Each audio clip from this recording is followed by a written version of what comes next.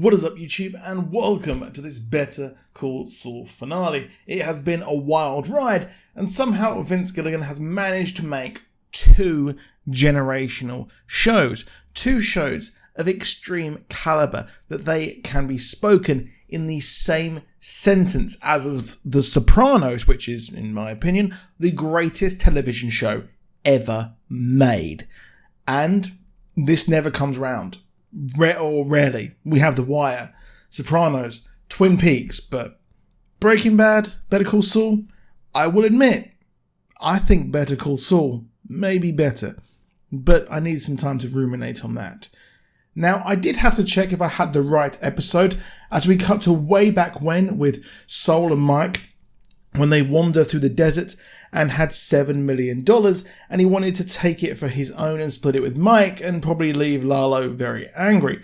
Now, they discussed where they would go if they had a time machine. Now, this is interesting, as we have many different parts through the episode where they talk about the time machine. He talks to Walt about his regrets, and Walt finally tells him the story of how he got jousted out of his company, and that, well, Saul would be the last person he went to, as Saul is a person who deals with criminals.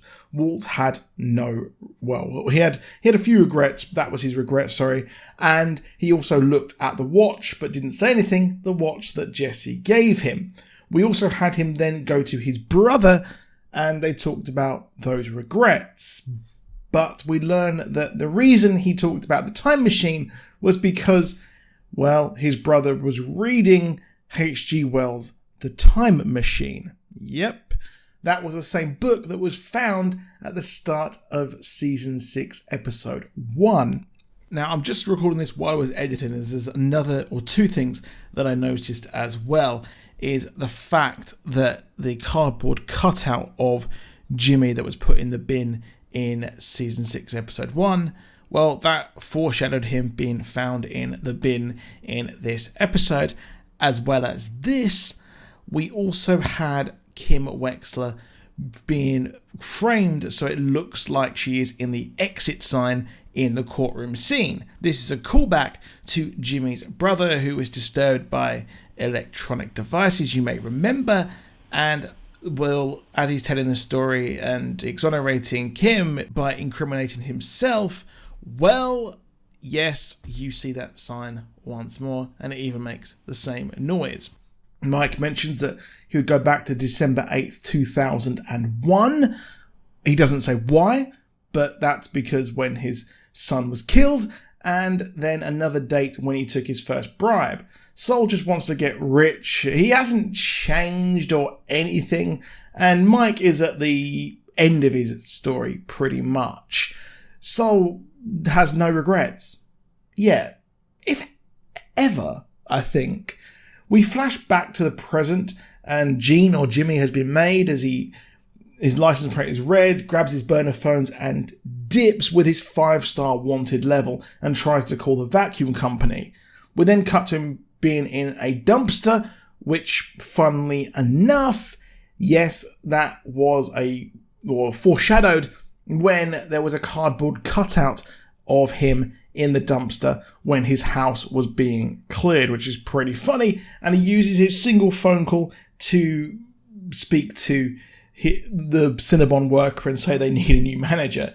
I love how in desperation he calls Bill Oakley for representation, which is something else. And I love how despite Bill going private has a pretty rubbish car.